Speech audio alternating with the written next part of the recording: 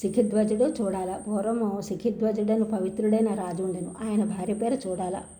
వారిరువురు ఒక మహర్షి యొద్ద వేదాంత విద్యను అభ్యసించిరి. ఆ మహర్షి నిర్దేశించిన నియమములను చక్కగా అనుష్ఠించుతూ చూడాల ఆత్మసాక్షాత్కారం పొందెను. రాజకార్యముల ఒత్తిడి వలన శిఖిధ్వజుడు గురువు చెప్పిన విధానములను అనుష్ఠించలేకపోయాను. ఆత్మసాక్షాత్కార ప్రభావం వలన చూడాల నిత్యనూతనమైన సౌందర్యముతో ప్రకాశింపజేర్చును. దినదినముకు పెరుగుచున్న ఆమె సౌందర్యమును చూసి శిఖిధ్వజుడు ఆశ్చర్యము నొంది, వయసు పెరిగిన కొద్దీ సౌందర్యము తగ్గకపోగా నీ సౌందర్యం పెరుగుచున్నది కారణమేమని అడిగాను. సౌందర్యం అంతయో ఆత్మకు సంబంధించినదే. అచేతనమైన శరీరమునకు సౌందర్యమేమే మీరు చూచున్నదన్నది అంతయు ఆత్మకు సంబంధించినదే.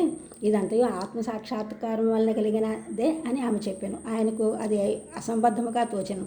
ఎందరో ఎన్నో వేల సంవత్సరములు తపస్సు చేసి ఆత్మసాక్షాత్కారం పొందలేకున్నారు. దాంపత్య జీవితంలో అనుక్షణము సంసారములో మునుగుచున్న ఆడదానికి నీకు ఆత్మసాక్షాత్కారము కలిగినదా అని శిఖిధ్వజుడు పరిహసించెను. అందులో ఆమె బాధపడలేదు. ఎలాగైనా తన భర్తకు కూడా ఆత్మసాక్షాత్కారం పొందినట్లు చేయవలనని ఆమె నిశ్చయించుకొనెను. ఏవైనా కొన్ని మహిమలు చూపిన కానీ ఆయన తన మాటలను నమ్మరని గ్రహించెను.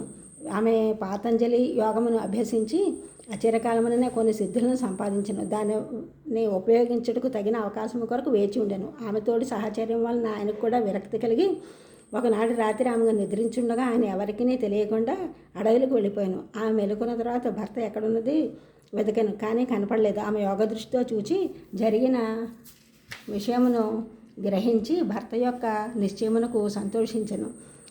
ఆమె తన మంత్రులను పిలిపించి, మహారాజు గారు ఒక ముఖ్యమైన రాజకార్యమును సాధించటకే దూరదేశంలో ఎగినారు.